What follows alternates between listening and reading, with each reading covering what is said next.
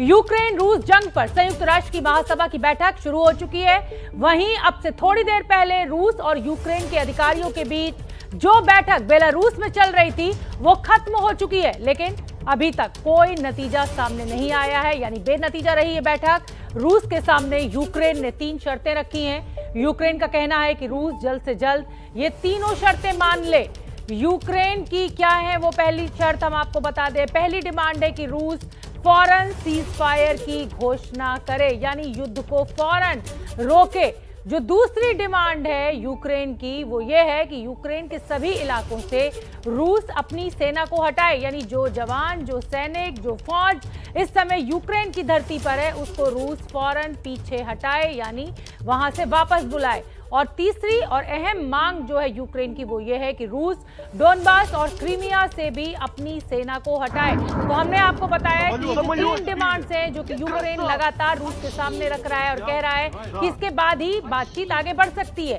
ये जो तीसरी डिमांड है यूक्रेन की, ये जंग को और ज्यादा लंबा खींच सकती है, क्योंकि रूस ने जंग शुरू करते ही शर्त रखी थी कि क्रीमिया को रूसी संघ के इलाके के तौर पर यूक्रेन मान्यता दे, और इसीलिए ये बैठक बगैर किसी नतीजे के खत्म हो गई है। कहा यह जा रहा है कि जल्द ही दूसरी बैठक हो सकती है। इस बीच रूस ने एक और बेहद खतरनाक कदम उठा लिया है। राष्ट्रपति व्लादिमीर पुतिन ने अपनी न्यूक्लियर फोर्स को न सिर्फ एक्टिव कर दिया है बल्कि उसे स्टैंड बाई मोड पर रहने का आदेश दे दिया है। और इसीलिए इस वक्त रूस यूक्रेन जंग पर सबसे बड़ा सवाल यह है कि क्या परमाणु हमला होने वाला है।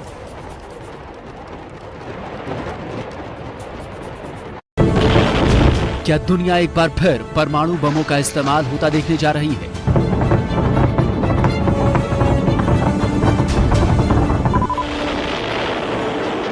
क्या जापान में 76 साल पहले जो अमेरिका ने किया अब वो यूक्रेन में रूस करने जा रहा है?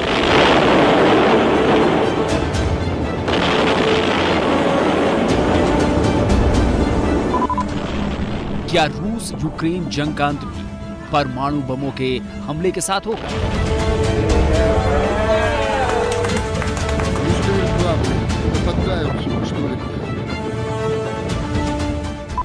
एक तरफ बेलारूस में यूक्रेन और रूस के प्रतिनिधि बातचीत की टेबल पर बैठे थे। मकसद इस खूनी संघर्ष का कोई हल निकालना था।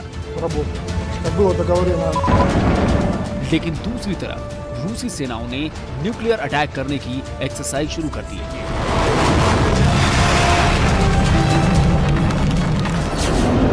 पूरी दुनिया के लिए इससे बड़ी चिंता की बात हो नहीं सकती कि रूस और यूक्रेन की लड़ाई परमाणु युद्ध तक आ पहुंची है। रूसी सेनाओं ने एक्सरसाइज इसलिए शुरू की है क्योंकि रूसी राष्ट्रपति पुतिन ने उन्हें ऐसा करने का आदेश दिया है।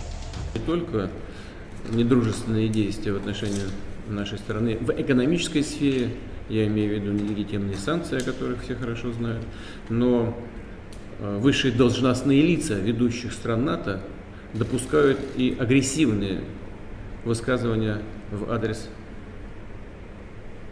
нашей страны. पुतिन का ये ऐलान सीधे तौर पर परमाणु जंग की चेतावनी है और इसे सिर्फ धमकी के तौर पर नहीं लिया जा सकता, क्योंकि पुतिन के ऐलान करते ही रूस का न्यूक्लियर दस्ता अलर्ट मोड में आ चुका है और रूस के न्यूक्लियर ट्रायड ने तैयारी शुरू कर दी है। ये सारी जानकारी रूस के रक्षा मंत्री ने राष्ट्रपति पुतिन को दी।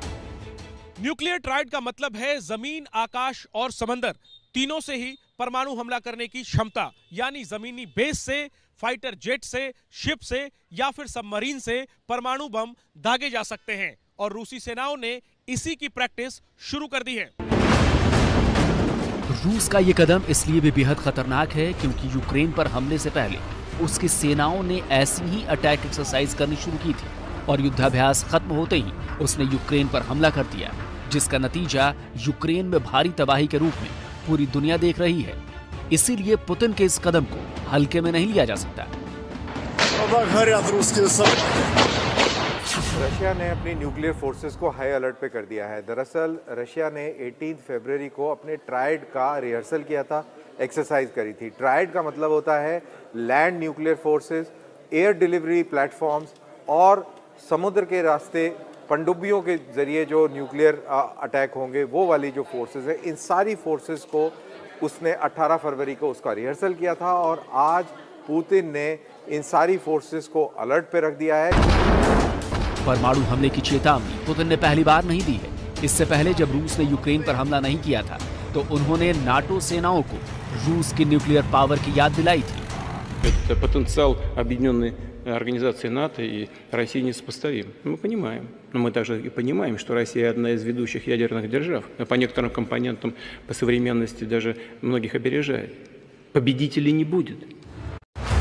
इसका मतलब यह है कि पुतिन पहले से ही अपने सारे कदम सोच कर बैठे हैं कि विरोधी पक्ष की तरफ से कब कौन सा कदम उठाया जाएगा और उनकी तरफ से उसका जवाब क्या होगा। न्यूक्लियर हमले का खतरा इसलिए भी ज्यादा है क्योंकि रूसी रक्षा मंत्री की तरफ से यूक्रेन की राजधानी कीव के निवासियों के लिए एक बेहद गंभीर बयान जारी किया गया है। इसमें अपील की गई है कि शहर के सभी नागरिक स्वतंत्र रूप से कीव वासिल्को हाईवे के जरिए यूक्रेन की राजधानी छोड़ दें।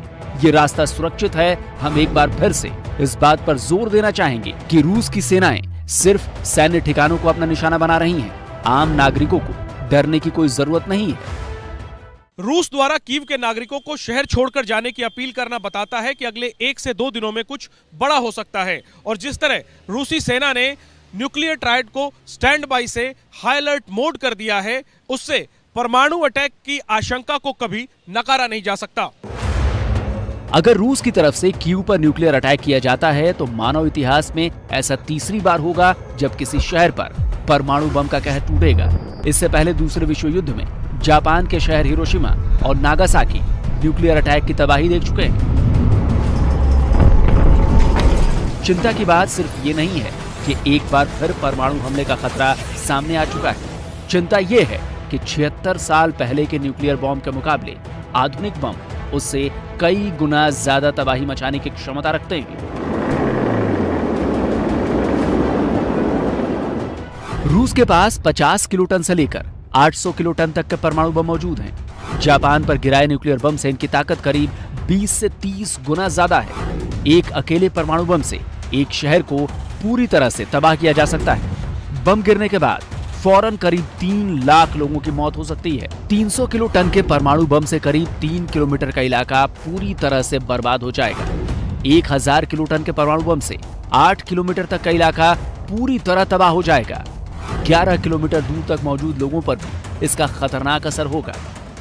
रशिया को कहीं ना कहीं ऐसा अंदेशा है कि उसके मंसूबों में नेटो की तरफ से कोई दखलंदाजी हो सकती है और साथ के साथ वो दुनिया को संकेत भी दे रहा है कि जिस इरादे से मैं निकला हूँ मैं उसको पूरा करके ही मानूंगा, आप मेरे बीच में ना आए। बेसिकली ये न्यूक्लियर ब्रिंकमैनशिप भी है और जब डिप्लोमेसी अपने एक लेवल पर है तब वहाँ भी एक प्रेशर बनाना चाहते हैं पुतिन कि मेरी शर्तें ये हैं, आप जल्दी से जल्दी इन शर्तों को मान लीजिए और पीस की तरफ आगे बढ़िए।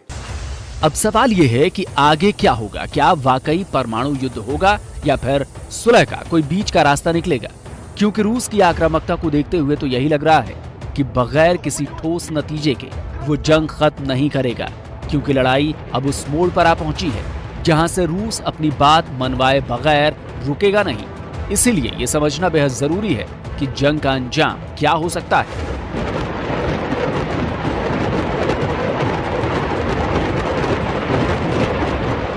जहाँ तक रूस और यूक्रेन की बात है, अगर एक बार इस प्रकार की लड़ाई हो जाती है तो जो पुराने रिश्ते थे वो तो वैसे भी ख़त्म हो चुके हैं। तो ये कहना कि अभी दोनों देश एक साथ मिलके दोस्ती का रास्ता अपना लेंगे, ये मुझे उस प्रकार की दोस्ती अगर अपना भी लेंगे तो वो होगी नहीं। पहली बात तो ये है।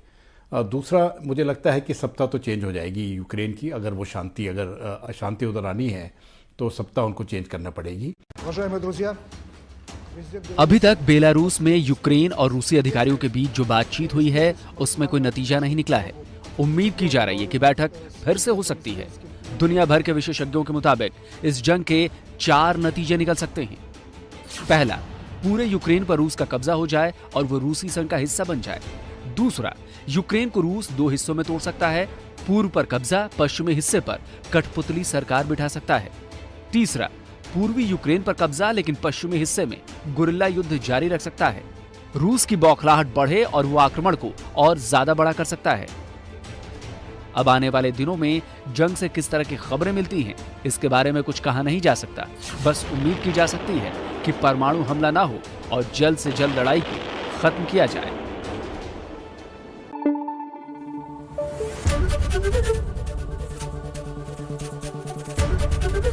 एबीपी न्यूज आपको रखे आगे।